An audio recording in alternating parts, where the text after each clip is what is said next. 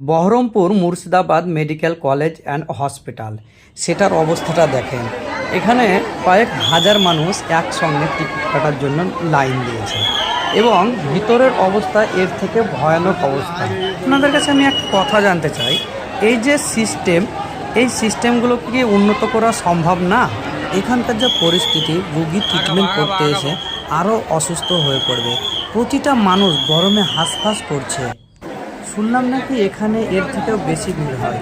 এটা হচ্ছে ভিতরের অবস্থা। আপনি কল্পনা করতে পারেন যে কি ভয়ানক পরিস্থিতি, আর এই গরমের মধ্যে মানুষের কি না অবস্থা হচ্ছে। আমার মনে হয় আশেপাশের যে হসপিটালগুলো আছে সেগুলোকে যদি নতুনভাবে আবার উন্নত করা হয় তাহলে মুর্শিদাবাদ মেডিকেল কলেজে এত চাপ হবে না। তার কারণ হচ্ছে আশেপাশের সব হসপিটালগুলোই প্রায় অবহেলিত অবস্থায় পড়ে আছে। তাই দূর দূরান্ত থেকে এই মুর্শিদাবাদ মেডিকেল কলেজে সব লোক হুড়িয়ে চলে আসতে, তার জন্য এই পরিস্থিতির সৃষ্টি হচ্ছে।